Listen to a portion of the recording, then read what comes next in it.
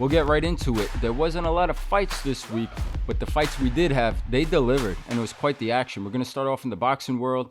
It was in Chicago. There was a Golden Boy show that was on DAZN. The co-feature was two former world champions, two southpaws, and two guys on the back end of their careers in Regis Prograis and Joseph Diaz. And this was an unbelievable fight. We always talk about styles make fights. We know the style of Diaz. He's going to bring it. He's going to come forward. He's going to pressure you.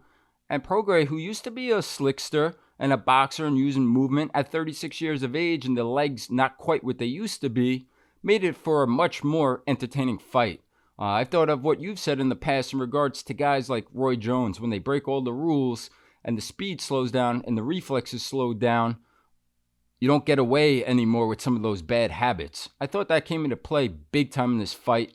Both of these men had their moments, super close, could have went either way. Either guy could have nicked it by a round. I would have been okay with a draw. In the end, they gave a unanimous decision. Regis Prograis, he wins, back in the win column. I have a problem with the 98-92. We could get more into that in a second, but just want to hear your thoughts on the decision and this great fight that we had. Yeah, I would have been happy with a draw. I would have been happy with Diaz by a point. I'm happy with Prograis by a point. Neither guy really deserved to lose the way that they put it all out there. First point I'll make is this, is they're beyond their best. These are guys that are older in their career.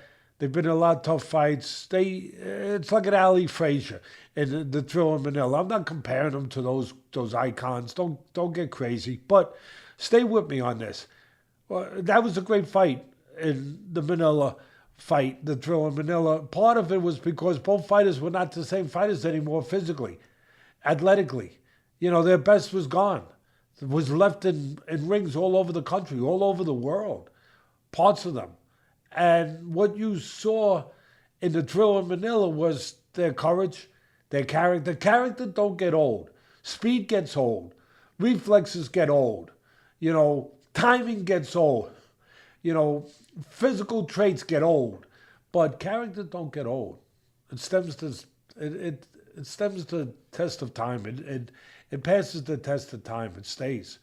And when you got former world champions with Prograis and Diaz, both are, that's what gets left when they are beyond their best as athletic athletes, as physical competitors.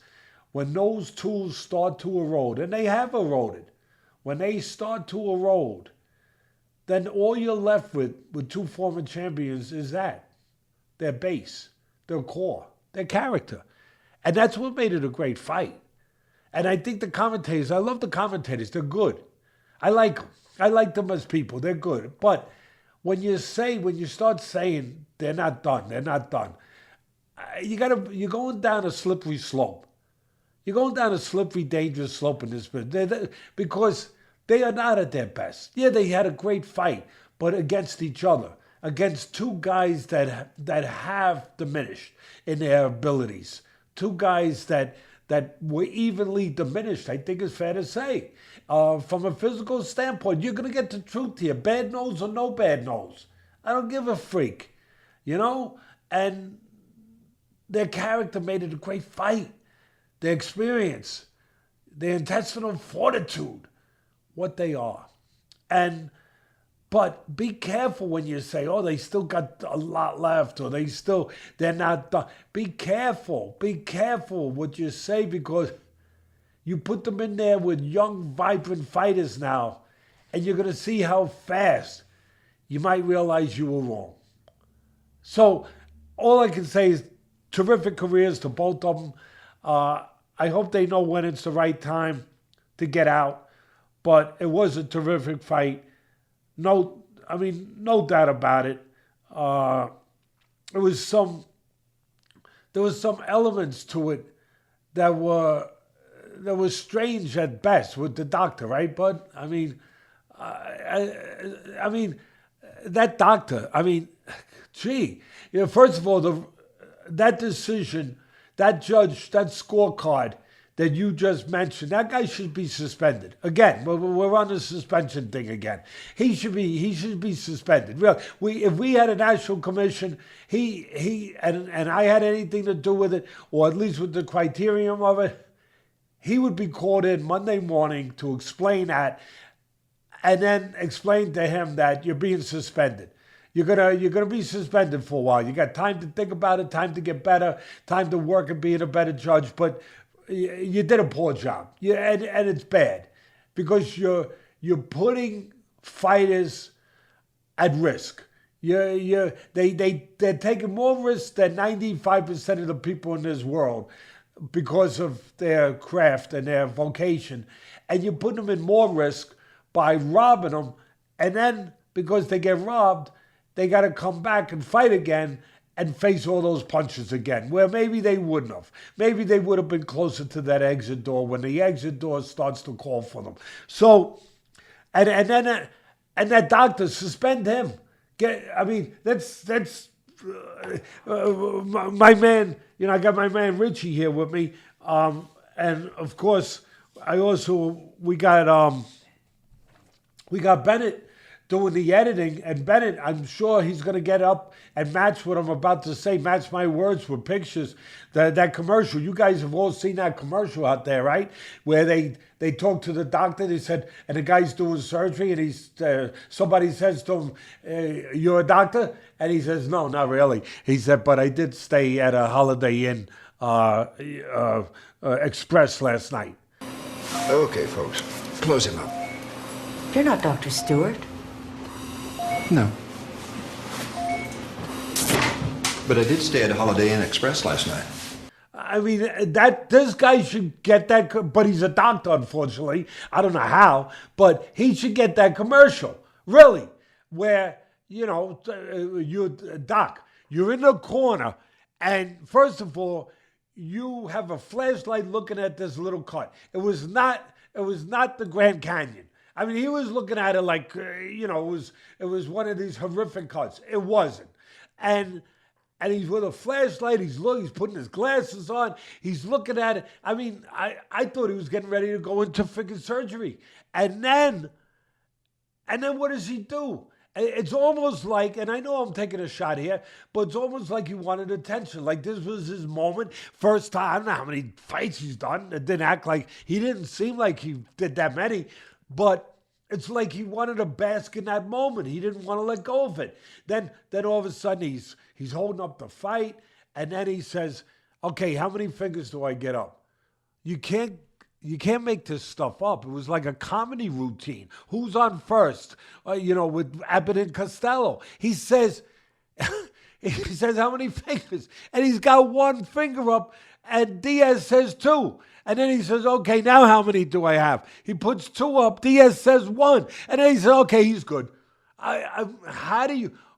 Why do you even give him that test? I give credit to the commentator who said that. He said, why do you give him that test if he's going to give you the wrong answer? Really, then you have to stop the fight.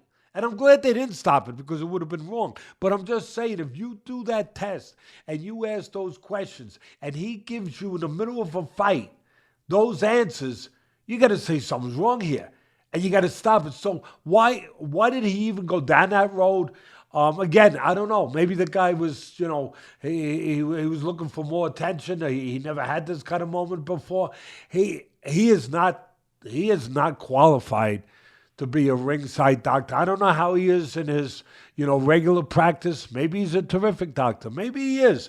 I'll tell you one thing. I'm thankful that he doesn't give out sobriety tests. You know what I mean? Thankful for that. Could you imagine this guy giving a sobriety test, God forbid, to somebody DUI and saying, oh, okay, how many fingers I got? 20. All right, go ahead. You're good. Go ahead.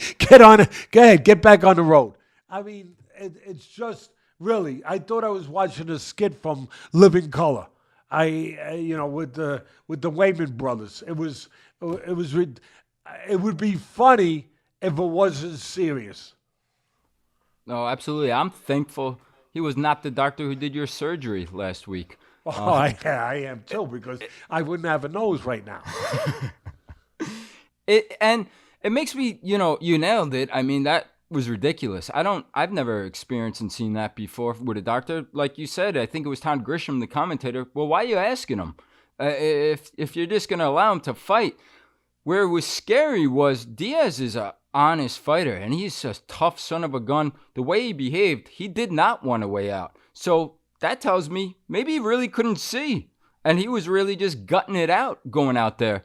And I agree. Again, why we need a national commission overall to regulate, not just this doctor, but again, to piggyback off of what you said, the scorecard.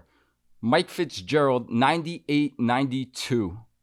It didn't happen. It's 8 rounds to 2. Diaz deserves better than that. 100%. And here's the scarier part. He gets to then judge and rewarded after that the next fight, the main event for the evening. Yeah, I mean, you're right. And you know what? That calls into question now, if you want to go down that road, bud. I thought he did a much better job in the main event. So now that questions, because D'Amato used to say, when you get these judges that are really that far, there could only be 2 things. It can't be, it can't be 100 different things. It could be 2 things, either incompetence or corruption. And so then it starts to say, well, wait a minute. He was competent in the main event. Was he playing favorites in the cold feature? Was that, touching on that corruption area where it was just giving it to the guy that he wanted to win? It starts to open up a whole Pandora's box that really I don't want to open up right now, but how do you avoid it if you're going to do an honest show here and these things come up? I mean, you can't avoid them. So Prograis look like a guy who's a little, he's at the point he's at in his career where his legs aren't as sturdy as they used to be. Diaz was never a big puncher, busy guy, Olympian, terrific amateur, world champion, former world champion, but a busy guy, but not a big puncher. He kept hurting. I mean, the rounds that Prograis kept range and was able to get off at range, he was ahead in those rounds until Diaz hurt him. And I would say Diaz hurt him in 4 different rounds. I think that's fair. I didn't keep a scorecard, but somewhere along there. And that made it for a really, really tight fight because the criterion of professional scoring is supposed to be who does the most damage. Really, I mean, who lands the more consequential punches? And you could say there were rounds where Diaz won the rounds, he landed the more consequential punches. He might not have landed more, but he landed the harder quality, damaging blows. And Prograis, as much as you could say his chin looks like it's, it's obviously not up to par, but I think it's more the legs. I mean, you can see the legs affected, and also where he got hit. He was getting hit behind the ear. He was getting hit on the temple. Those are tough spots, even if you have a good chin. Those are tough spots, so give him a little leeway with that. You get hit behind the ear. I give credit to the experienced Diaz. He realized he was hitting behind the ear, and he kept going to it. He kept going. And this was a perfect example of geography I talk about, is so important in boxing. The guy who controlled the outside had to be Prograis to win. And the guy who controlled the inside had to be the shorter arm Diaz to win. And when Diaz was on the geography of the inside, he won. When he was on the outside, Prograis was winning those areas. So at the end of the day, really, really terrific fight. As great a job as it was by the fighters, poor job by the doctor. Poor job. I'm glad it didn't interfere with the fight at the end of the day, and poor job by that one judge. Put his name out there again, bud, because really this is like the cigarettes. You got to put the warning on the cigarette label. Warning, Surgeon General says this could be risky to your health, smoking these guys. Well, having this guy at ringside judging a fight can be risky to a fighter's health. What's his name, bud? Mike Fitzgerald. Yeah, Fitzgerald. Oh, boy. Oh, man. But credit to the matchmaker there, and again, Golden Boy, we got an incredible fight. This could be a fight of the year contender. It was an all-out slugfest. Diaz is now 2-7 in his last 9 fights. Prograis back in the win column, snaps a 2-fight losing streak. They're talking about the rematch. We've said enough on this one and covered it thoroughly. I like to maybe see some of these guys go into a happy retirement soon, but nonetheless, credible fight, great heart displayed by both guys.